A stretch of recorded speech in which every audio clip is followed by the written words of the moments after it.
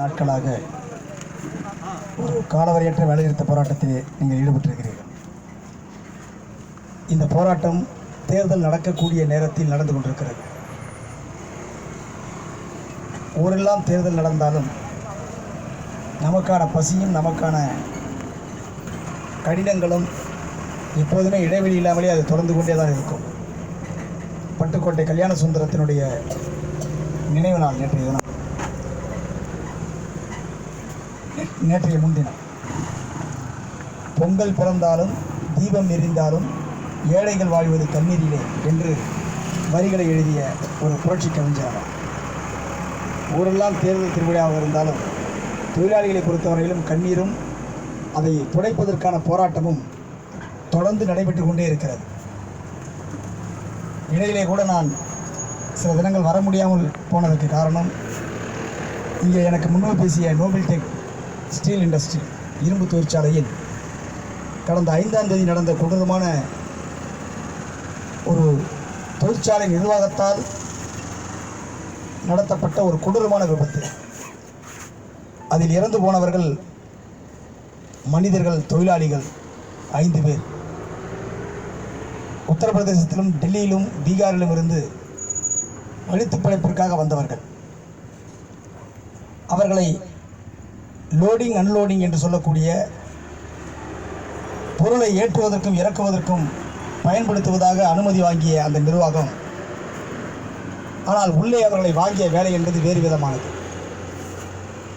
தொழிற்சாலைக்கு உள்ளே ஸ்கிராப் என்று சொல்லக்கூடிய கழிக்கப்பட்ட பழைய இரும்பு பொருட்களை, வீட்டுக்கு பயன்படுத்தக்கூடிய சிலிண்டரை போன்றிருக்கக்கூடிய எண்ணற்ற வால்யூ உள்ளிட்ட பல்வேறு இரும்பு பொருட்களை அவர்கள் வெளியிலே இருந்து வாங்கி வந்து அங்கே உடைத்து அதில் இருக்கக்கூடிய கேஸ், எண்ணெய் உள்ளிட்ட எந்த ஒரு பொருளையும் எடுத்து விட்டுத்தான் கொதிகலனில் போட வேண்டும்.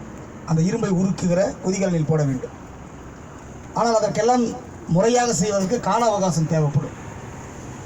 அதற்கு பதிலாக கொண்டு வந்த பொருளை அப்படியே அதை ஓப்பன் பண்ணாமையே, அதில் இருக்கக்கூடிய பொருளை எடுக்காமலேயே வேக வேகமாக கொதிகலனில் போடு, உற்பத்தி தேவை, உடனடியாக எங்களுக்கு இத்தனை டன் இரும்பு தேவை என்கிற லாப வெறி, உற்பத்தி வெறி. இந்த வெறிக்காக வழக்கமாக பின்பற்றப்பட வேண்டிய எந்த ப்ராசஸ், உற்பத்தி முறையை அந்த நிர்வாகம் பின்பற்றவில்லை.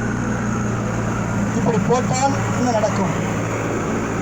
இப்படி போடுகிற போது ஒரு பொருளை உடைத்து அதில் இருக்கிற கழிவுப் பொருளை எல்லாம் எடுத்துவிட்டு போட்டால் இரும்பு கூழாக மாறும். அப்படியே போட்டால் அந்த கொதிகலனில் கொதிக்கிற போது இந்த சிலிண்டருக்குள்ளே இருக்கக்கூடிய கேஸ் அல்லது எண்ணெய், எந்த ஒரு திடப்பொருளும் அது உள்ளே அப்படியே டம் கட்டிக்கிட்டே இருக்கும்.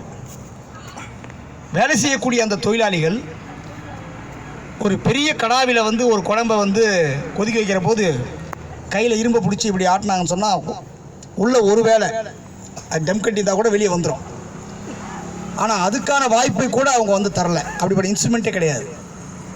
அது அப்படியே கொதிக்க மேலே ஏடு கட்டும் ஃபஸ்ட்டு. அதுக்கடுத்து செகண்ட் ரவுண்டு அதுக்குள்ளே வந்து ஈடு கட்டுற போது உள்ளே இருக்கக்கூடிய அந்த கேஸ் அல்லது ஆயில் அது வந்து ஒரு ஸ்டேஜில் வந்து பம்பிங் ஆகும். அப்படி ஆகிற போது கணக்கில்னு சொன்னால் அது ஆகும். அது ஆச்சுன்னு சொன்னால் மொத்தமாக வெடித்து மொத்த இரும்பு கூழும் மனிதர்கள் வேலை தெரிச்சா ஆள் காலி. கொதிக்கிற இரும்பு தண்ணி எப்படி இருக்கும்? அது மாதிரி தெளித்தா கூட, மேலே பட்டால் கூட தற்காத்து கொள்வதற்கான இரும்பு உரைகள், அந்த உடைகளை நிர்வாகம் கொடுத்திருக்க வேண்டும். ஹெல்மெட், முகக்கவசம், உடல் கவசம், கால்களுக்கு உள்ளிட்ட மிக மிக உயர்ந்த பாதுகாப்பான ஷூக்கள் கொடுத்திருந்தால் சட்டவிரோதமான முறையில் இப்படி உற்பத்தி முறையில் ஈடுபடுத்தினாலும் கூட உயிர்களை காப்பாற்றியிருக்க முடியும். ஆனால் அது கூட எதுவுமே கொடுக்காமல் சாதாரணமாக அந்த தொழிலாளிகளை இப்படி செய்தால் இப்படி நடக்கும் என்று தெரிந்தே அதை செய்தார்கள். அதில் தான் 8 பேர் பாதித்தாங்க. 8 பேர் அப்படி பாதித்தவர்களில் 5 பேர் செத்துட்டாங்க. 3 பேர் இப்போ வந்து 35% 40% தீ காயங்களோடு தான் உயிர் ஊசலாடி கொண்டிருக்கிறது. அந்த தொழிற்சாலையிலே இப்பொழுதும் நாம் கடந்த 2 ஆண்டுகளாக கொடுத்த புகார்கள் மீது தொழிற்சாலை நிர்வாகம் எந்த நடவடிக்கையும் எடுக்கவில்லை. இதை ஒட்டி தான் அங்கு இருக்கிற எல்லா தொழிலாளிகளும் அந்த போராட்டத்தை நடத்தினார்கள். அந்த தொழிலாளிகளுக்கு நஷ்டீடு வழங்க வேண்டும், பாதுகாப்பு வழங்க வேண்டும். இப்படி வேலை செய்யக்கூடிய இடத்தில் இருக்கிற அனைவருக்கும் ஒரு பாதுகாப்பு தேவைப்படுகிறது. இனிமேல் உள்ளே போனால் இப்படி ஒரு பாதுகாப்பு எங்களுக்கு கிடைக்குமா? மரணம் கண் முன்னால் நிறுத்தி வைத்து எவன் ஒருவனும் நிம்மதியாக இருக்கவே முடியாது. கண்ணு முன்னாடி மரணம் எப்பவும் வெடிக்கலாம் அப்படின்னா அந்த இடத்துல எப்படி இருக்கும் உங்கள் மனநிலை? வேலை செய்யணும்னு தோணுமா? அதுதான் நோபல் டெக். அந்த ஆலைக்குள்ளே இப்படி பல பேர் செத்து போயிருக்கிறார்கள். இதற்கான நியாயத்தை கேட்கிற போராட்டத்தை தான் கடந்த 5ஆம் தேதியிலே இருந்து 10 நாட்களாக தொடர்ச்சியாக அந்த தொழிலாளிகளும் நாங்களும் மாறி மாறி அந்த கிராம மக்களையும் திரட்டுகிற பணியில் நாங்கள் ஈடுபட்டு கொண்டோம். அதனால் தான் இங்கே சில நாள் வர முடியவில்லை. அயோக்கியத்தனம் செய்த அந்த நிறுவனத்தினுடைய முதலாளி, எம்டி, மேனேஜிங் டைரக்டர் மற்றும் எல்லா பேர்லேயும் வந்து புகார் பதிவு செய்யப்பட்டு 304 வழக்கு பதிவு செய்யப்பட்டு ஒபை மொத்தம் 3 பேர் அரெஸ்ட் பண்ணிக்கிறானுங்க. மெயின் ஆள் எங்கடா இருக்கிறான்னு தெரியலையாம். இதான் நாடு. ஆனால் தொழிற்சாலை இயங்குது, எல்லாம் நடக்குது, மீண்டும் அதே இடத்துல உற்பத்தி நடக்குது. நீ பண்ணது சட்டவிரோதம்னு தொழிற்சாலை துறை தலைமை இயக்குனர் வந்து ரெக்கார்ட் பண்ணிட்டு போயிருக்காரு. ஆனால் ஃபேக்ட்ரி ரன் ஆகுது. அதை ஒட்டி தான் அந்த போராட்டங்கள் அங்கே தொடர்ந்து கொண்டிருக்கிறது. இந்த தொழிற்சாலை யாருக்கு சொந்தமானது? யார் இந்த முதலாளி என்றால், இந்த முதலாளிக்கு பின்னால் கோபாலபுரம் இருக்கிறது. திராவிட முன்னேற்ற கழகத்தினுடைய முக்கியமான தலைவர்களுக்கு சொந்தமான, அவர்கள் வழிகாட்டுதலில் இருக்கக்கூடிய தொழிற்சாலை. இவங்க தான் எந்த சட்டத்தையும் அமல்படுத்த மாட்டாங்க. இது மாதிரி இருக்கிறவங்க அதில் பல பேர், அதில் வந்து ஆள்றவங்களுங்கிறாங்க, ஆண்டவங்களுங்கிறாங்க. எல்லா ரவுடித்தனமும், எந்த விதமான சட்டமும் அமலாகாத ஒரு தொழிற்சாலை அது. இப்படி ஒவ்வொரு ஆலைக்கு பின்னாலேயும் ஏராளமான காயங்களும் மன வருத்தங்களும் வேதனைகளும், வேலைக்கு சென்றால் நிம்மதியற்ற சூழலும் நிறைந்த இந்த பகுதி தான். அதில் ஒரு பகுதி தான் உங்களுடைய ஃபேக்ட்ரி. இதுக்கு முன்னே 28 பேர் டிஸ்மிஸ் செய்யப்பட்ட பிரச்சனை சம்பந்தமாக அதனுடைய முழு வரலாற்றையும் இவரோடு கேட்டபோது 28 பேர் டிஸ்மிஸ் ஆக இருந்தாலும் சரி, இங்கே பழிவாங்கப்பட்ட அத்தனை பேருமே நிர்வாகம் குறிவைத்து தங்களை எதிர்க்கிறவர்களை எப்படியெல்லாம் பழிவாங்க முடியும், டிஸ்மிஸ் செய்ய முடியும் என்பதனை அதை சட்டப்படி செய்வதற்குரிய எல்லா விதமான ஸ்கெட்சு போட்டு வேலை செஞ்சாலும் மேனேஜ்மெண்ட்டு. அதான் அதுக்குள்ளே இருக்குது அந்த ஹிஸ்ட்ரி. அதை எதிர்த்த போராட்டத்தை தான் நம்ம இங்கே நடத்துகிறோம்.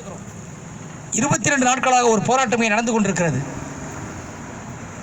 இந்த போராட்டத்தை ஏதோ ஒரு வகையில் ஒரு சுமூகமாக, ஒரு சமாதானத்துக்கு வர வேண்டும் என்று நினைக்க வேண்டிய நிர்வாகம் பார்த்துக்கலாம் போ அப்படிங்கிற மாதிரி அவங்க இருக்கிறாங்க. எந்த தைரியத்தில் இருக்கிறாங்க? என்ன காரணம்? உற்பத்தி வந்து கொண்டே இருக்கிறது, லாபம் குறையவில்லை. தவறான முறையில் தவறான ஆட்களை வைத்து நோபல் டெக்கில் எப்படி பயிற்சியற்றவர்களை வைத்து நேரடி உற்பத்தியில் ஈடுபடுத்துகிறார்களோ அதேபோல் உங்கள் தொழிற்சாலையும் அதே காரியத்தை செய்து கொண்டிருக்கிறார்கள். தடுக்க வேண்டிய தொழிற்சாலை அதிகாரிகள் நோட்டீஸ் கொடுத்து விட்டேன், வழக்கு தொடுத்திருக்கிறேன் அப்படின்னு பராசக்தி பாணியில் வசனம் பேசுகிறார். நேரடி நடவடிக்கையில் நிறுத்துறான்னு சொல்ல முடியல.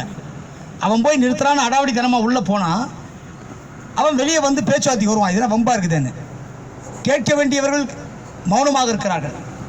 சட்டத்தை மீறுகிற ஒரு நிறுவனமாக தொடர்ந்து இந்த காரியத்தில் ஈடுபட்டு கொண்டிருக்கிற போது தேர்தல் நடக்கிறது. ஆகவே கலெக்டர் மனு வாங்க மாட்டார். அதான் நான் சொன்னார், ரகசியம் வாங்கி போனார் கலெக்டர். கலெக்டருக்கு தெரியுது தீர்க்கணும்னு, ஆனால் எதுவும் பேச முடியாது. போலீஸ் தேர்தல் நேரத்தில் போராட்டம் நடத்தலாமா? லேபர் ஆஃபீஸ் வந்தால் பேசுகிறேன். இப்போ இந்த மாதிரி வந்து இப்போ தேர்தலே எல்லாத்தையும் தீர்த்துருங்கிற மாதிரி, தேர்தலுங்கிறது நான் ஓட்டு போட போகிறேன் 18ஆம் தேதி, அவ்வளோதானே. நான் யாருக்கு ஓட்டு போடணுங்கிறது எனக்கு தெரியும். எல்லாரும் ஜனங்க மனசில் முடிவு பண்ணி வச்சுக்கிறான். ஆட்டுக்கும் போடலாம், மாட்டுக்கும் போடலாம், பூனைக்கும் போடலாம், தேலுக்கும் போடலாம், யாரோ ஒன்றுக்கு போட தான் போகிறான். அதுக்காக நான் ஊரே எல்லாம் வந்து தேர்தல் தேர்தல் தேர்தல் தேர்தல்னு எல்லா வேலையும் விட்டுட்டு கீழே போய் படுத்துக்க வேண்டியதுன்னா கவர்மெண்ட் ஃபுல்லாக செயல்படாது. சரி, தேர்தல் நடக்கிறது, பெட்ரோல் விலை ஏற்றாமல் இருக்கிறானா? தேர்தல் நடக்கிற வரலாம் பெட்ரோல் விலைலாம் ஏற்றாதப்பா. 2 ரூபா ஏற்றுறானே, 72 ரூபா 75 ரூபா ஆகுது. தேர்தல் நடக்கிறதுனால ஒன்றியும் எல்லா பொருளுடைய விலைகளும் ஒரே இடத்தில் இல்லை. அடுத்த 20 நாளைக்கு எந்த விலையும் ஏறாது சொல்ல முடியுமா உங்களால்? விலைவாசி ஏற்றி கொள்ளடிக்கிறவங்க கொள்ள அதிகமாக போய்கினே இருக்கும். ஆனால் இந்த நிறுவனத்துக்குள்ளே வேலை செய்து கொண்டிருக்கிற இந்த தொழிலாளிகளுடைய பிரச்சனைகள் சம்பந்தமாக ஒரு கொடூரமான கொந்தளிப்பான ஒரு நிலைமை இந்த பகுதியிலே உருவாகி கொண்டிருக்கிறது. எல்லாவற்றுக்கும் ஒரு விடாபிடியான போராட்டம் தேவைப்படுகிறது. அந்த போராட்டங்களுக்கு பின்னால் தான் ஒரு வெற்றியை அடைய முடிகிறது. அதுதான் இங்கு நடந்திருக்கிற எல்லா போராட்டங்களுடைய வெற்றியும். ஆனால் முதல்ல அப்படி தெரியவே தெரியாது. இப்போ நோபல் டெக்கில் வேலை செஞ்ச இந்த தொழிலாளிகள் வந்து இன்றைக்கு சம்பள பில்லு கிடையாது. நீங்களாம் சம்பள பில்லு வச்சுருக்கிறீங்க, சம்பள பில்லு கிடையாது. ஒரு 10 மாடு ஒருத்தன் ஓட்டின்னு போகிறான்னா, ஓட்டின்னு போகிற போது அவனுக்கு தெரியும் 10 மாடு ஓட்டின்னு போகிறோம். ஆட்டு வந்தையிலேருந்து 50 ஆடை விட்டான்னா பாய் எண்ணி தான் விடுவார். 50 மாடை சாயந்தரம் வர்ற போது 50 ஆடு வருதான்னு பார்ப்பார். ஆட்டுக்கும் மாட்டுக்கும் கூட அதை மேய்க்கிறவன் கணக்கு வைத்திருக்கிறான். ஆனால் நோபல் டெக் என்கிற அந்த பிரம்மாண்டமான இரும்பு தொழிற்சாலையில் எத்தனை பேர் உள்ளே போகிறார்கள், எத்தனை பேர் வெளியே போகிறார்கள், கணக்கு கிடையாது. யாராவது ஒருத்தன் பேசினான்னா பாயிலர் தூக்கி போட்டான்னாக்கா அவ்வளோதான். ஏன்னா அவங்க ஆள் வந்ததுக்கு வரலங்க ஃபேக்ட்ரிக்கு, ரெக்கார்டு இருந்தால் தானே வந்தார். ஏன் ஆள் கணக்கு கேட்க முடியும்? எங்கே வரவே இல்லை. நீ போய் எங்கன்னா போய் கம்ப்ளைண்ட் பண்ணிக்க வேண்டியதான், எங்கன்னா தேட வேண்டியதுதான். இரும்போடு இரும்பாக காய்ச்சிடுவான். ஈவு இறக்கம், மனிதாபிமானம் எதுவுமே அவனுக்கு கிடையாது. பணம், அந்த நோட்டு, வெள்ளி நோட்டுக்காக எதையும் செய்வானுங்க இவனுங்க. அப்படிப்பட்ட ஒரு ஆலை அது. சம்பள பில்லும் கிடையாது, வருகை பதிவேடு கிடையாது, ரெக்கார்டு கிடையாது, 8 மணி நேரம் வேலைங்கிறது கிடையாது, 14 மணி நேரம் 15 மணி நேரம் டபுள் ஷிஃப்ட். அப்படியே கண்ணு தூக்கத்திலே போய் வீந்து செத்தவன் இருக்கிறான். யூனிஃபார்ம் கிடையாது, சேஃப்டி கிடையாது. இது ஒரு ஆலையில் அல்ல, இங்கே இருக்கிற 3000 தொழிற்சாலைகளில் பெரும்பாலான ஆலைகளுடைய நிலைமை இதுதான். அதற்காக பணம் செலவு பண்ணணும். பணம் செலவு பண்ணால் லாபத்தில் குறைஞ்சிடும். இதெல்லாம் செலவு பண்ணது போகத்தான் ஒரு மூலதனம், ஒரு முதலாளி தன் தொழிற்சாலையில் உற்பத்தியாகிற பொருளை விற்பனையுடைய அடக்க விலையாக மாற்ற வேண்டும். ஆனால் இதெல்லாம் கூட சேர்த்து அவன் மொத்தமாக லாபமாக எடுத்துடுறான். நீங்கள் கொடுக்க வேண்டிய போனஸ் மறுப்பான், நீங்கள் ஏற்ற வேண்டிய நியாயமான சம்பளத்தை மறுப்பான். ஓட்டி கொடுத்தீங்கன்னு சொன்னால் டபுள் ஷிஃப்ட் தரணும், சண்டேன்னு சொன்னாக்கா ட்ரிபிள் சம்பளம் தரணும். எதையுமே தர வேண்டியதில்லை. தேர்தல் அன்னைக்கு விடுமுறைன்னு கவர்மெண்ட் சொல்லிட்டாங்க. அந்த மேனேஜ்மெண்ட் வந்து உட்காந்தாங்க, என்னங்க எலெக்ஷன் அன்னைக்கு விட்டுருங்கல்ல, கேட்டு சொல்கிறேங்கன்றான். அமல்படுத்த வேண்டியவர் அங்கேயே தாங்கிறாரு. யார்? விமல்நாதன் சார் தான் மாநிலத்துக்கு தேர்தல் அன்னைக்கு தொழிலாளர் துறை தொழிற்சாலையில் லீவ் விடுறாங்களா இல்லையான்னு பார்க்கறதுக்கு அவர் தான் இன்சார்ஜ். அவருக்கு இவன் சொல்கிறான், யார்? மேனேஜ்மெண்ட்டு கேட்டு சொல்கிறாங்க, பார்க்குறேங்கன்றான். தேர்தல் அன்னைக்கே லீவ் விடாதா? தீபாவளி விடுவானா, பொங்கலுக்கு விடுவானா? எல்லா கம்பெனியும் பார்த்தீங்கன்னா நிறைய பேர் உடனே விடவே மாட்டான். அன்றைக்கி ஒரு நாள் விட்டால் ஐயோ 1 கோடி லாபம் நஷ்டமாச்சே, மேன் பவர் நின்று போச்சுன்னு சொன்னால் ப்ரொடக்ஷன் வெளியே வராத. இவங்களுக்கு மத்தியில் தான் நாம் வந்து தொழிலாளிகள் உள்ளே போய் வெளியே வந்து வேலை செய்து கொண்டிருக்கிறோம். நம்மிடம் பிடிக்கப்படுகிற பணத்தை கூட அவர்கள் கட்டுவது கிடையாது. பிஎஃப் நம்ம பணத்தையும் பிடிச்சிக்கின்னு அவன் போட வேண்டிய பணத்தையும் எடுத்துக்கின்னு கட்டாமே விட்டுறான். இப்படி நடக்கிற மோசடி ஒரு பக்கம். கவர்மெண்ட் கட்ட வேண்டிய ஜிஎஸ்டியை கட்ட மாட்டேன்றான். ஒரு ஸ்டேஜ் அங்கே போயிடுச்சு. இப்போ அந்த சோவல் பேசினார இப்போ வந்து பேசிட்டு போனார்ல, அவருக்கு இன்னும் சம்பளம் தரல. தேதி என்ன இன்னைக்கு? 15. போன வாட்டி எவ்வளோ கொடுத்தான்? போன மாதம் வந்து 20ஆம் தேதி கொடுத்தான் சம்பளம். சம்பளம் வாங்கிறதுக்கு அவன் ஸ்ட்ரைக் பண்ணியிருக்கிறான். மாதத்துக்கு 3 ஸ்ட்ரைக். அவன் சம்பளம் கொடு, உடனே வருவான். கொரி அங்கே வருவார். பதட்டப்படாதீர்கள். அவர் கொரியனில் பேசுவார், இவங்க தமிழில் பேசுவான். வர HR 2 பேர் தமிழ். ஒரு 20ஆம் தேதி சம்பளம் வழங்கப்படும், வேலைக்கு போங்க. சரி, எழுதி ஓட்டிட்டியா? வேலைக்கு போவார். 20ஆம் தேதி பார்ப்பார், சம்பளம் வரும். ATMல ஒன்றும் வராது, செல்லில் பார்ப்பார். 21ஆம் தேதி திரும்ப லைனில் போய் உட்காந்துக்குவார், சம்பளம் வேணும். அவசரப்படாது, 25ஆம் தேதி சம்பளம் வரும். அப்புறம் போவான். இப்படி ஒவ்வொரு மாதமும் சம்பளத்துக்காகவே போராடினுக்கிறான் பல ஃபேக்ட்ரியில். ஆனால் பேமெண்ட் ஆக்ட் என்ன சொல்லுது? நீங்கள் 1ஆம் தேதியிலேருந்து 5ஆம் தேதிக்குள்ளே சம்பளம் கொடுத்துடணுமே. கொடுக்கலன்னா கேஸ் போடணும், 10 டைம் ஃபைன் போடணும். இதெல்லாம் கேஸ் போட்டு சம்பளம் வரத்துக்குள்ளே இவன் கொரியாவுக்கு போடுவான், பூட்டு போட்டு. எப்போ கேஸ் ஆடி எப்போ நியாயம் வழங்குறது? இங்கு எல்லாமே அநீதியாக இருக்கிறது. அப்படிப்பட்ட தொழில் தான் இப்போ என்ன வந்துட்டு போகிறான்னா, கொரியனே ஆளை காணும். ஏன்டா காணும்னா, அவன் ஒரு பேப்பர் எடுத்துன்னு வந்துட்டான். HR இன்னைக்கு பேச்சுவார்த்தைக்கு, கவர்மெண்ட்டுக்கு GST வரி கட்டலை சார். எவ்வளோங்க? 50 லட்சம் கட்டணுங்க. அதுக்கு எங்கடா? மும்பைக்கு போயிட்டாருங்க. 4 நாள் பொறுத்து வருவார். சரி, அவனுக்கு கட்டலை. சம்பளம் ஏயா? அது வந்த பிறகு 25ஆம் தேதி தாங்க சொல்லுவேன்றாரு. சரி, பஸ்ஸுக்காரனுக்கு காசு என்னையா? அதுக்கும் காசு இல்லைங்க. பொருள்லாம் உற்பத்தி பண்ணுறியா? அது டிமாண்ட் இல்லாமல் போய்கினே இருக்குதுங்க. அப்போ போன பணம் அந்த பொருளை விற்று அந்த காசு எங்கேயா? அதாங்க எங்களுக்கே புரியல. யார் சொல்கிறவன்? HR. அதனால் என்ன பண்ண போகிறேன் நான்? எனக்கு தொல்லை தாங்க முடியல, என்னன்னு புரிய மாட்டேங்குது. நாளைக்கு அந்த கொரியன் வர நிற்கிறான், 22ஆம் தேதி. அவனை நான் கூப்பிட்டு வந்துடுறேன். அவங்ககிட்ட நீங்கள் நேராக காலுங்க, ஏன்னா அவாசின்னு தான் மற்ற பொருள் உற்பத்தி கொடுத்துங்கிறான் ஆர்டர். வந்து கிட்டேருந்து எடுத்துன்னு போயிடுறான். இந்த கார் ஸ்டேரிங் உள்ளே வைக்கிற ராடு எல்லா பொருளும் விற்றுடுது. ஆனால் பணம் எங்கே போகுதுன்னு தெரியலையாம். அவன் விஜய் மல்லையா மாதிரி அவன் எங்கன்னா பீர் அடிச்சுக்கிறானான்னு தெரியல. பொம்பளை பின்னாடி போய் இல்லை எங்கே போவான் பணம். அதே சொன்னேன், ஒரு பொருள் உற்பத்தி பண்ணுற நீ ஓய் கம்பெனியாக இருந்தாக்கா, அதாவது ஒரிஜினல் எக்யூப்மெண்ட் பொருள் உற்பத்தி பண்ணி நீயே மார்க்கெட்டில் விற்கிற ஊண்டாய் கம்பெனி, நீயே ஊண்டாய் கார் விற்கிறனா, உற்பத்தி பண்ண ஒரு பொருள் மார்க்கெட்டில் விற்கலை, ஸ்டாக்காக இருக்குது, ஆகவே நான் தள்ளுபடி பண்ணி விற்றேன், அல்லது மார்க்கெட்டில் திவாலானதால் விற்காதனால எனக்கு வருமானத்தில் லாஸ் ஆகி போச்சுன்னா புரிஞ்சிக்க முடியும். நீ ஓய் கம்பெனி கிடையாது, ஓய்க்கு சப்ளை பண்ணுற கம்பெனியும் கிடையாது. அவனுக்கும் கீழே நீ ரெண்டாவது ஆள். உனக்கு கிட்ட பொருள் வாங்குற ஆள் கரெக்டாக வாங்கிட்டு காசை ஃபுல்லாக பே பண்ணிட்டார், நேரத்தோடு கொடுன்றார். கொடுத்த பணம் எங்கேயான்னு கேட்டால் என்ன, அதாவது உங்கள் ஆள் நல்லா சௌகசமாக ரொம்ப ஜாலியாக இருக்கிறதா உங்கள் கொரிய முதலாளி மும்பையில் ஓட்டலில் போயிட்டு இருக்கிறாரா என்ன சிரிச்சான். அப்புறம் பார்த்தா அதான் உண்மை போகுது. அவங்க அப்பங்காரன் வெல்டிங் மிஷினுக்கு பெரிய கொரியாவோட பெரிய முதலாளி. அவங்க அப்பா கேட்டவன் சொல்கிறானா, என்னுடைய பொழுதுபோக்குக்காக இந்த தொழிற்சாலை நான் நடத்தி கொண்டிருக்கிறேன். எப்படி இது டைம் பாஸிங் பார்த்த கம்பெனி எடுத்துக்கிறாங்க. என்னையா இப்படி சொல்கிற? ஆமாம் சார், கௌரவத்துவராக நடத்துகிறேன் சார். நானும் ஒரு கம்பெனி நடத்தவேனாவா? என்னையா நஷ்டம்? 12 கோடிங்க நஷ்டம். வியாபாரம் 7 கோடியா, நஷ்டம் 12 கோடியா. இப்படி ஒரு கம்பெனி நடத்துறதை விட அந்த கம்பெனியை மூடிட்டு என் தொழிலாளி கொடுக்க வேண்டிய 50-60 வயசுக்கான செட்டில்மெண்ட் பண்ணி போடுறாங்க. கொரியாவுக்கு ஓட சொல்லிட்டு அவனை. இவன் பொழுதுபோக்கு எங்கால் வேலையாக மாட்டுச்சு. இப்படி தான் ஒரு கம்பெனியில் பாதுகாப்பு இல்லை, ஒரு கம்பெனியில் சம்பளம் இல்லை, ஒரு கம்பெனியில் நியாயம் கேட்டால் உரிமை இல்லை. இது ஒவ்வொன்றும் ஒரே மாதிரியாகுது. சுடுகாட்டில் போனீங்கன்னாக்கா திடீர்னு சினிமாவில் காட்டுவான், ஒரு கற்பனை காட்சி தான். ஒரு பேய் ஏந்து வரும், வேக்காடு தாங்க முடியாமல் போனோம். அது ஏசியில் இருந்து தூங்கணும். அவர் இப்போ செத்துட்டார்ல, சுடுகாட்டில் தூங்குறாரு.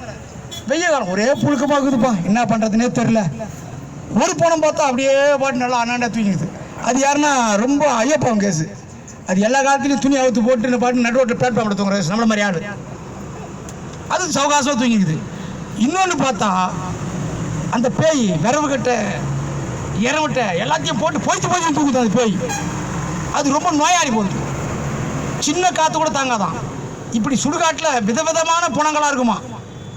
ஒரு பணம் எப்போ பார்த்தாலும் ஏந்து பசிக்குதே, ஒன்றும் வரலையே, என்னடா அது டைம் ஆச்சே அப்படின்னு ஒரு பேய் அது கரெக்டாக 12 மணி அல்சர் கேஸ். அது கரெக்டாக 12 மணிக்கெலாம் சாப்பிட்டுருக்கணும். இன்னொன்று பார்த்தா சுகர் கேஸ். அந்த பேய் அதுக்கு அப்பப்போ ஏந்து தடவை ஏந்து ஆடினே இருக்குமா. இப்படி விதவிதமான பேய்கள் இந்த ஏரியா விதவிதமான பேய்கள் ஆகுது. ஃபேக்ட்ரி ஒன்று சுகர் கேஸ் ஃபேக்ட்ரி ஆகுது. ஒன்று பார்த்தா ஏசி ரூமில், அதாவது ஏசி ரூமில் தூங்குற ஃபேக்ட்ரியில் எது ஊண்டாய் மாதிரி ரொம்ப சொகுசு. அவர் 80,000 வாங்குவார், சம்பளம் 70,000 வாங்குவார். அவர் என்ன பண்ண கேட்டால் எனக்கு கடன் தொல்லை தாங்க முடியலங்க. நம்ம தொழிலாளியை கேட்டாக்கா அவர் அவன் ஒரு மாதிரி வச்சான், கடன் வாங்கிக்கடா, நிறைய கடன் வாங்கிக்கோ. கடன் வாங்கிக்கின்னு அது என்ன ராயல் என்ஃபீல்டில் 1 லட்ச ரூபா பைக்கு டம்மட்டமானு ஓடுறான். என்னடன்னு கேட்டாக்கா இதெல்லாம் வாழ்க்கையில் அனுபவிக்கணும் தான். அவன் 70,000 சம்பளம் எத்தனை நாள் கொடுப்பான்னு தெரியும். இவனை நம்பி இவன் பைக் வாங்கி வச்சுக்கிறான். அவன் திடீர்னு ஒரு நாளைக்கு பைக் அடிச்சிட்டான்னு வச்சுக்க, அடுத்த வாட்டி என்ன பண்ணுவான்னு தெரியல. இப்போ ரோபோ போயிட்டுன்னு வரான். இந்த மாதிரி கம்பெனி முதலாளிகள் கோடியாக அடிச்சிருக்கிறான். ஆனால் தொழிலாளிகளுக்கு ஒரு 10,000 கொடுக்கணும், 20,000 கொடுக்கணும், 30,000 கொடுக்கணும். அதுக்கு 6 மாதம் பேச்சுவார்த்தை, 1 வருஷம் பேச்சுவார்த்தை, அதுக்கு ஒரு 20 ஸ்ட்ரைக்கு சம்பளத்துக்கு. இப்படித்தான் அசாக்கியம் நடந்து கொண்டு இருக்கிறது. நம்ம கோரிக்கை ஒன்றுமே கிடையாது. சம்பளமாக பேச தயாருன்றான். 28 பேர் விவகாரம் கோர்ட்டில் இருக்குதுன்றான். கோர்ட்டில் போய் என்னையா பண்ண போகிறோம்? ஐயோ நம்ம 2 பேரும் பேசிக்கலாம்யா, வேறு என்னையா பேச போகிறோம்? நம்ம காதலன் காதலி மாதிரியா? வாயா உட்காந்து சந்தோஷமாக பேசுவோம். ஒன்றும் உன்னை நானும் திட்டல, என்னை நீயும் திட்டல.